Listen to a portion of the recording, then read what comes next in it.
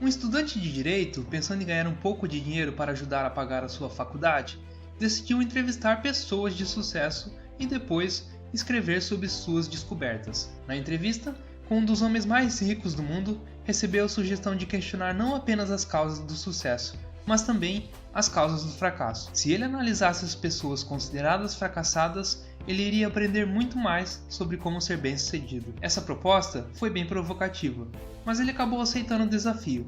No decorrer dos anos, ele analisou mais de 25 mil pessoas consideradas fracassadas e mais de 500 bem-sucedidas. Nesse período, mesmo sendo um homem muito inteligente e criativo, ele próprio nunca conseguiu ter sucesso. Em todas as suas tentativas de trabalho, cansava-se fácil e acabava deixando tudo para os sócios e recomeçava de novo em um novo projeto. A cada dificuldade, ele se sentia mais cansado, não sabia onde estava errando, tinha escutado tantas pessoas e ele mesmo não sabia o que fazer com sua própria vida. E neste momento, quando estava perdido e sem rumo na vida, isolado de tudo e de todos, e os únicos sentimentos que tinham era de medo e a incerteza, surge uma voz que lhe disse exatamente o que fazer e como fazer. Essa voz era do seu outro eu. Essa voz não conhece limitações, não possui medos e não reconhece a palavra impossível. Como última esperança, ele resolveu escutar essa voz, e sua vida mudou completamente. Essa história pode muito bem ser de Walt Disney, Oprah Winfrey, Steve Jobs, J.K. Rowling, Abílio Diniz e Silvio Santos, entre tantas outras pessoas de sucesso que conhecemos. O que essas pessoas têm em comum, além de serem consideradas pessoas muito bem-sucedidas? Todas elas passaram por inúmeras dificuldades, das mais variadas formas, e encontraram-se cara a cara com o fracasso. Mesmo assim, decidiram dar as costas a ele para continuarem seguindo firmes na busca dos seus sonhos. Todas essas pessoas entenderam que o sucesso depende apenas de nós mesmos e do poder da nossa mente. Isso pode parecer aquelas frases clichês do tipo, todos temos as mesmas 24 horas. Bom, então o que difere um ser humano bem-sucedido de outro fracassado? Se temos todos o mesmo tempo disponível em um dia. Mais do que querer saber sobre como alguém alcançou o sucesso, o mais importante é saber quantas vezes ela superou o fracasso e não deixou se abater ou desistir dos seus sonhos. E quem garante isso é o próprio diabo. Como assim? O diabo? Sim. Sabe a história que contei aqui no início? Ela é a de Napoleon Hill, descrita no livro Mais Esperto que o Diabo. Ele conta sua história para contextualizar o leitor e comprovar a sua filosofia de realização pessoal. Toda adversidade traz consigo a semente de uma vantagem equivalente. Essa frase é confirmada pelo próprio diabo. Isso demonstra que, pelas confissões obtidas, Hill mostrou-se realmente ser mais esperto que ele. Mais Esperto que o Diabo foi escrito em 1938, após a crise de 1929 e antes da Segunda Guerra Mundial, durante o período de grande turbulência na história da humanidade. No livro, são citadas figuras importantes da época, como Hitler, Stalin, família Rockefeller,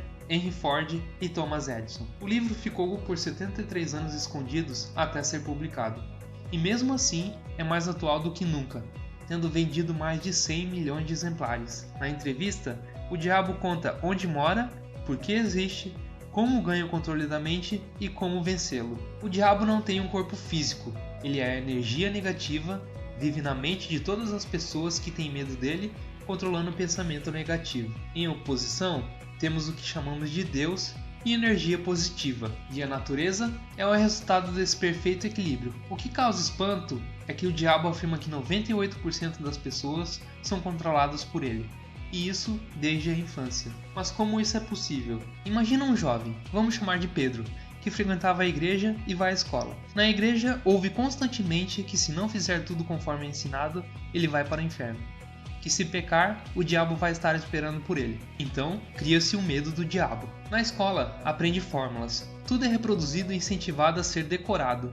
Nada de pensamentos críticos ou questionamentos profundos sobre a vida e o mundo. Em casa, Pedro tem acesso constantemente à internet, videogame, celular e tudo mais que a tecnologia trouxe de informação e comodidade. Ou seja, na igreja, o jovem é incentivado ao medo. Na escola, não é permitido que ele pense por si próprio de forma independente. Em casa, pela tecnologia, vive mais no mundo virtual que no real, interagindo pouco com as pessoas muito próximas. É assim que inicia-se o processo de alienação. Isso, se repetindo ano após ano, cria-se o hábito. Quando Pedro acredita realmente que se fizer algo errado, vai para o inferno, ou aceita ser um funcionário de uma loja mesmo tendo o sonho de ter um negócio próprio porque tem medo de arriscar, o hábito está consolidado.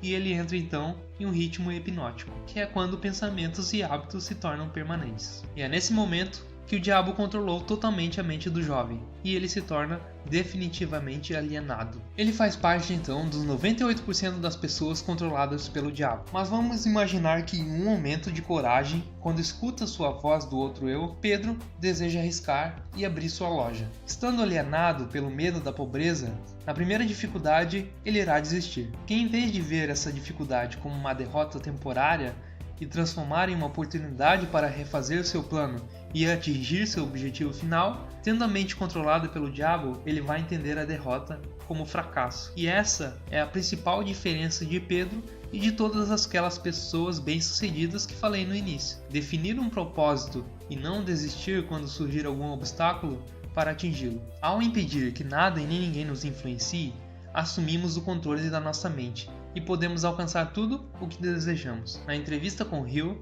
o próprio diabo ensina como uma pessoa pode ser bem-sucedida. Para alcançar o sucesso, ela deve ter o controle sobre sua mente, decidindo sobre todos os assuntos e áreas da sua vida. Se Pedro define como seu propósito abrir um negócio próprio, então ele deve se preparar para isso. Analisar a concorrência, analisar a localização, conhecer muito bem seu público-alvo e seu mercado, traçar um plano de ação completo de como atingir o seu objetivo antes mesmo de começar e seguir sistematicamente esse plano. Vão existir derrotas temporárias e o medo e a indecisão também surgirão, mas é preciso que em cada derrota temporária ele perceba uma vantagem equivalente e não desista. Pedro também deve associar-se com pessoas com o mesmo propósito e ajudar os outros para receber o que deseja. E principalmente, usar o tempo a seu favor de modo que nada seja desperdiçado. Por exemplo, supondo que você resolva ter uma livraria, mas percebe que a venda de livros impressos está baixa e você mal está conseguindo pagar suas contas. Com a mente alienada, iria desistir, com medo da falência. Tendo sua mente focada em seu objetivo final, ou seja, ser dono do seu próprio negócio, você pode readequar seu plano para a nova realidade. Hoje, o mundo é digital. Em vez de somente vender livros físicos, você pode abrir uma livraria virtual e divulgar os seus produtos pela internet. E pode até inovar no modo de conseguir gerar receita, propondo que seus clientes paguem em forma de assinatura para terem acesso a uma quantidade determinada de livro por mês. Assim, você garante receita recorrente e seus clientes ganham na diversidade de opções de leitura. Perceberam? O que podia ser o fim de um sonho acaba fazendo você ganhar mais dinheiro ainda. E isso confirma que Napoleão Hill quis nos dizer com toda a diversidade traz consigo a semente de uma vantagem equivalente. Temos que valorizar o pensamento e o lugar em que colocamos os fracassos. Ao surgir uma adversidade, será o fim dos nossos objetivos ou apenas um novo recomeço para a mudança de hábitos, focando no nosso propósito maior? Nesses momentos, use o que você tem de mais poderoso e que ninguém pode tirar de você, o poder dos seus pensamentos. O fracasso e o sucesso são armadilhas mentais, que advêm dos pensamentos dominantes que acabam se tornando aquilo que mais desejamos. É a fé da pessoa que determina o tamanho do sucesso que ela terá na vida. Quer ser uma pessoa bem-sucedida? Então saiba exatamente o que você quer e tenha determinação e autodisciplina para conseguir. Controle sua mente cotidianamente com pensamentos e ações positivas para dominar o hábito da alienação. Tenha planos definidos